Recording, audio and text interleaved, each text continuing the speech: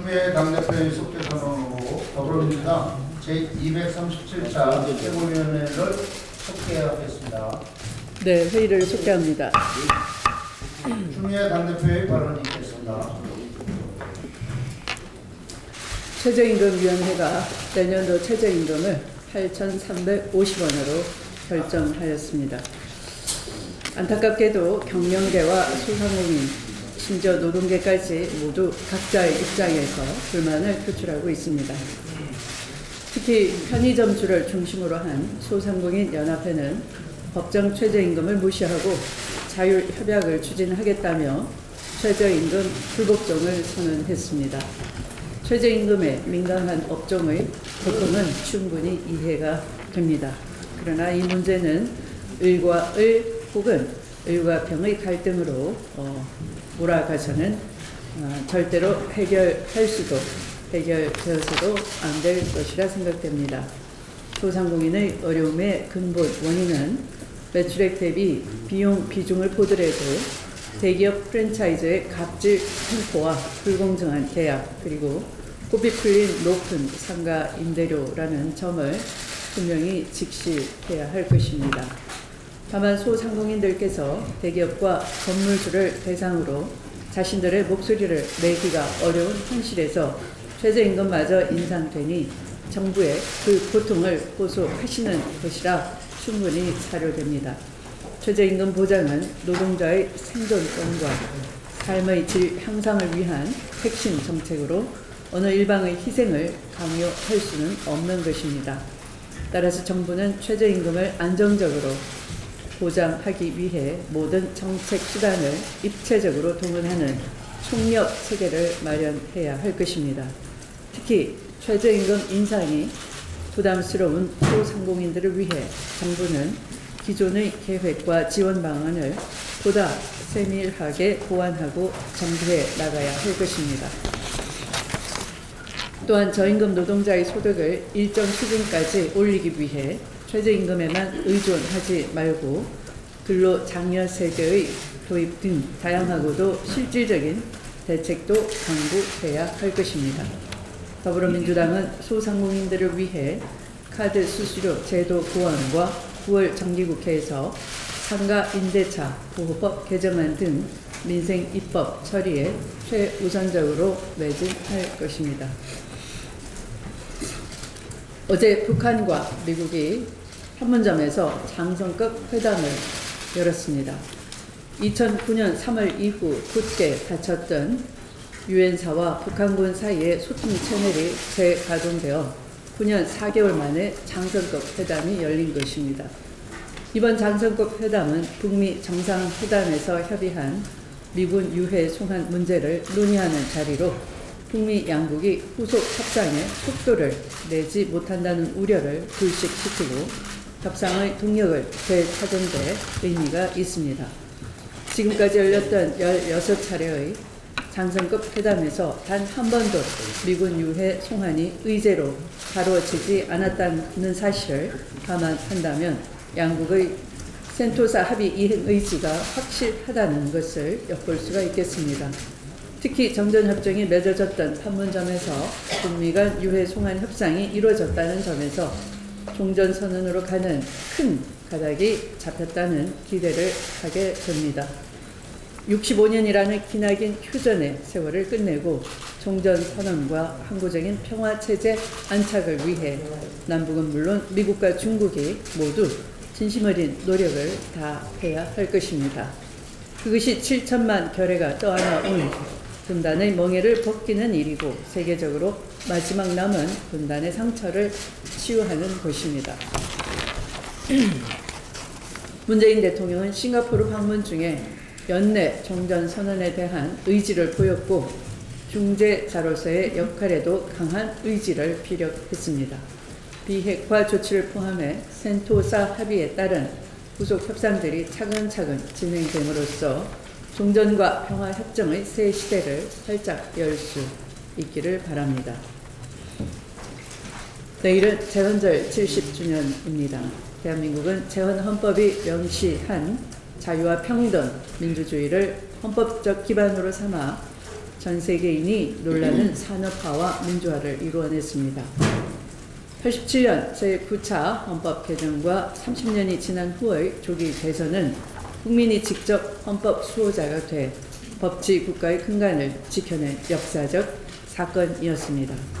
때문에 재헌절 70주년은 질곡 많은 현대사 속에 헌정 질서를 지켜낸 국민 승리의 역사이자 오늘날의 자랑스러운 대한민국을 만들어낸 국민의 성과라 하겠습니다. 정치권은 국민의 헌신을 헛되지 않게 헌법 정신을 지켜나가는데 최선을 다해야 할 것입니다. 국민의 신뢰를 회복하고 대의기관의 자격을 재정립하기까지 국회 스스로가 반성하고 변화에 적극적으로 나설 수 있어야 하겠습니다. 특히 국내외로 어려운 도전이 제기되는 상황에서 정쟁과 민생 발목 잡기를 근절하는 데 앞장서야 함을 강조합니다. 더불어민주당은 집권 여당으로서의 무한한 책임감으로 시대와 민족 역사 앞에 부끄럽지 않은 헌법 수호의 정당이 될 것을 약속드리면서 말씀을 마치겠습니다. 홍영표 원내대표의 발언이 있겠습니다. 오늘부터 민생 국회가 본격적으로 출발합니다.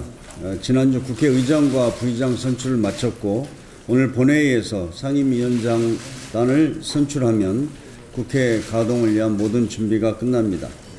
후반기 국회 문을 열기까지 40일이나 걸렸습니다.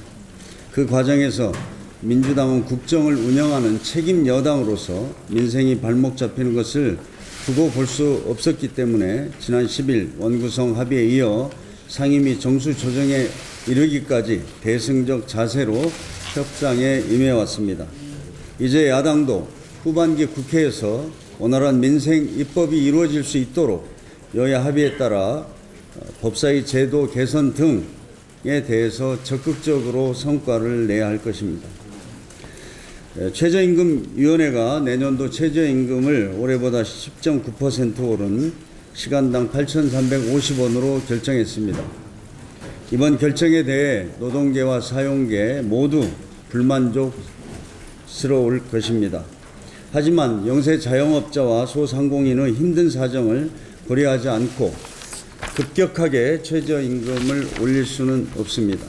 또 턱없이 낮은 임금으로 근근히 살아가는 저임금 노동자들의 현실도 외면할 수 없습니다. 더불어 잘 사는 사회는 이해 당사자들의 양보와 타협이 있어야 실현 가능합니다. 이번 결정에 대해 노동계 일부에서는 최저임금 산입 범위 확대를 감안하면 내년도 실질 임금 인상률이 극히 미미하고 오히려 임금이 줄어들 것이라고 주장하고 있습니다. 하지만 이것은 명백히 사실과 다릅니다. 한국노동연구원에 따르면 고정수당을 합한 통상임금이 올해 최저임금인 시간당 7,530원 이하인 저임금 노동자는 241만 8천 명입니다. 이 가운데 88%가량은 내년 산입 범위가 확대되더라도 최저임금 인상 효과를 고스란히 볼 수 있습니다. 바로 이 구간에 있는 저임금 노동자들도 6.5%의 임금 인상 효과를 보게 됩니다. 최저임금 인상이 일자리를 줄이고 경제 어려움을 가중시킨다는 야당의 주장도 명확한 근거와 분석이 뒷받침되지 않은 정치적인 공세입니다. 거듭 말씀드리지만 최저임금 인상의 궁극적 목적은 우리 경제와 사회를 지속 가능하게 만들자는 것입니다. 이를 위해서는 실질 임금을 높여 더 적은 월급으로도 충분히 살아갈 수 있는 경제 사회 구조를 만드는 것이 중요합니다.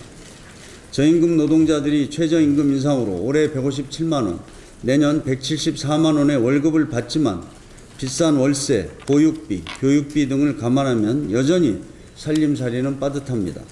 정부는 이번 최저임금 인상이 저임금 노동자와 영세 자영업자, 소상공인에 미칠 영향을 분석하고 부작용을 최소화할 방안을 마련해야 합니다.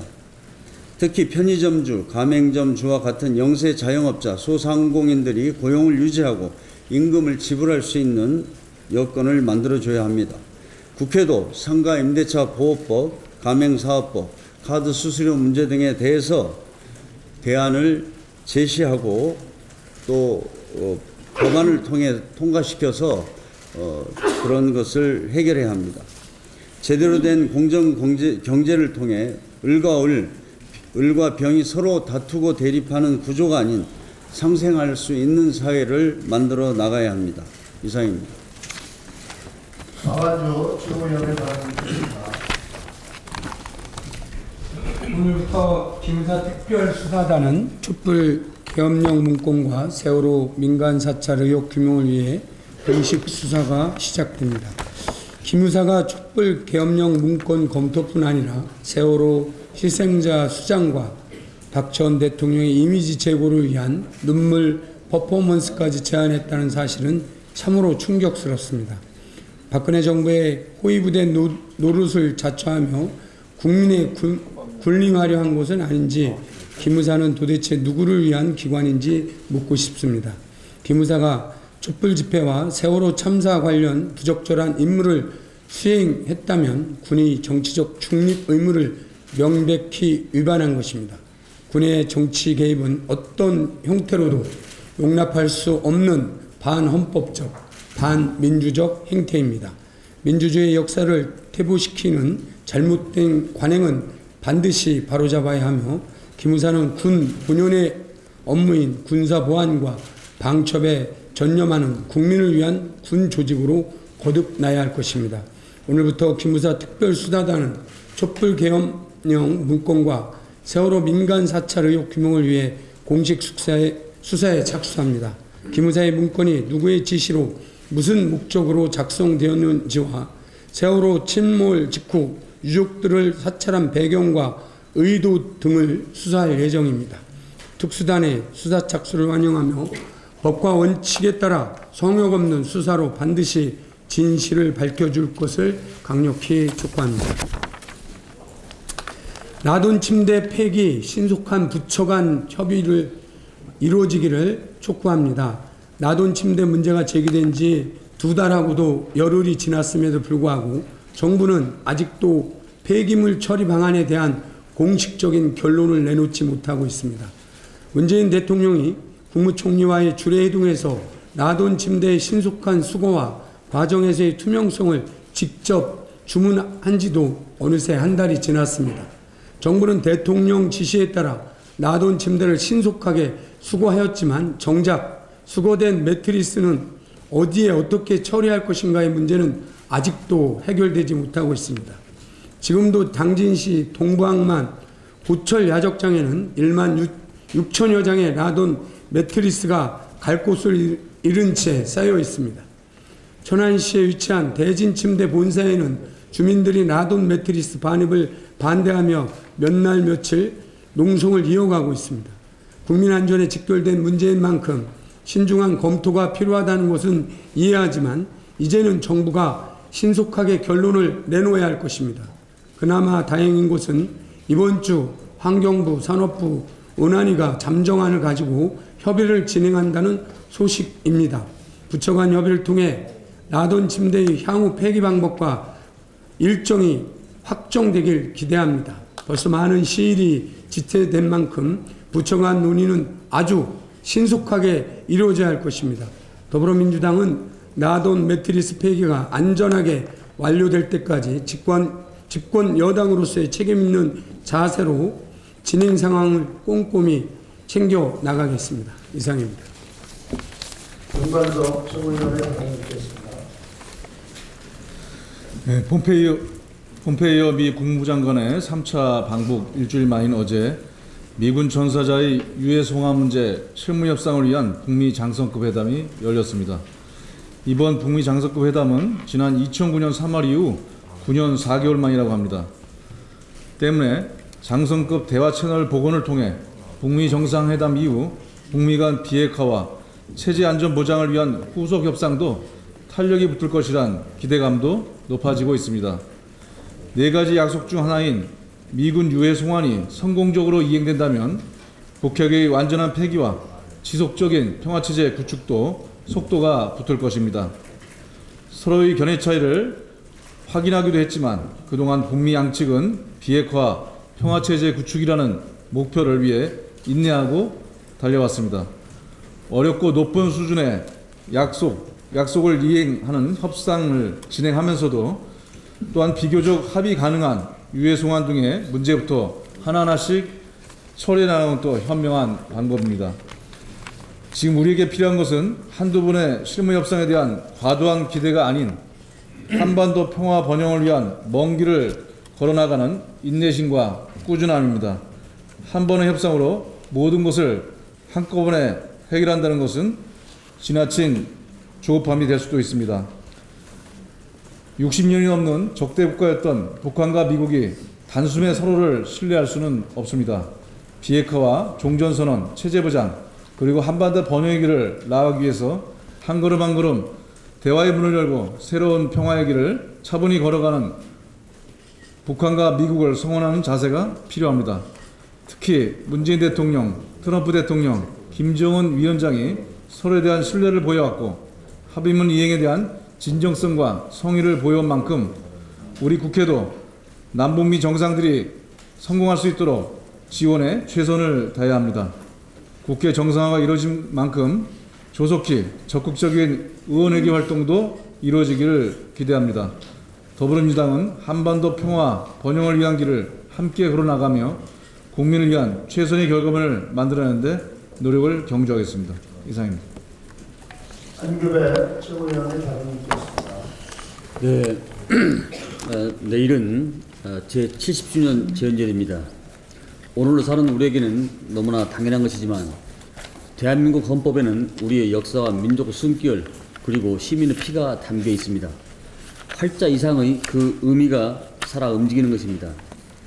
우리에게는 반만년 역사와 민족을 흔히 짓밟혔던 역사가 있습니다. 끝이 보이지 않는 암흑 속에서 나무 한 그루, 풀 한 포기조차 우리의 것이라고 말하기 어려웠던 시간을 견뎌야만 했습니다. 국가의 공백 아래 우리 민족은 투쟁하고 한편으로는 인내하며 내일을 기약해야만 했습니다. 우리 헌법에는 그러한 손자들의 얼과 정신이 담겨 있습니다. 일제강점 이후 횡하니 비어버린 정치 공간 위에 우리는 헌법을 세웠습니다. 반만년 역사의 자긍심과 강압에 굴하지 아니하고 꼿꼿함을 보여줬습니다. 민족의 단결이라는 염원과 민주주의 수입이라는 이상을 담았습니다. 안전과 자유라는 의무와 국민의 행복이라는 꿈을 세계 만방에 천명하였습니다. 그렇게 쌓아올린 헌법은 국민과 70년의 영역을 함께했습니다. 눈부신 경제발전과 함께 국민의 성장을 뒷받침했습니다. 군부의 총칼 앞에 잠시 빛을 잃었지만 피로 외치는 시민의 호명에 다시 역사의 전면에 등장하기도 했습니다. 2016년 겨울의 촛불광장은 모든 국민이 모든 권력이 국민으로부터 나온다는 헌법 제2조의 진정한 의미를 되새기게 했습니다. 문재인 정부와 더불어민주당은 헌법을 이상이 아닌 현실로 만들어 나가고 있습니다. 전 정권의 극단적 대결주의에서 벗어나 한반도의 평화를 천명한 헌법 제4조를 실현하고 있습니다. 국토방위의 신선한 의무를 위해 강력한 국방계획을 추진하고 있고 있습니다. 헌법이 말하는 직업, 주거, 양심의 자유를 더욱 적극적으로 보장하기 위해 일자리를 확충하고 주거를 안정화하며 대체복무와 같이 다양한 수단을 궁구하고 있습니다. 우리 국민이 헌법의 보호 아래 행복할 수 있도록 정부와 당에 부여된 사명을 깊이 새기고 있습니다. 오늘로 하반기 국회가 실질적으로 진용을 갖추게 됩니다.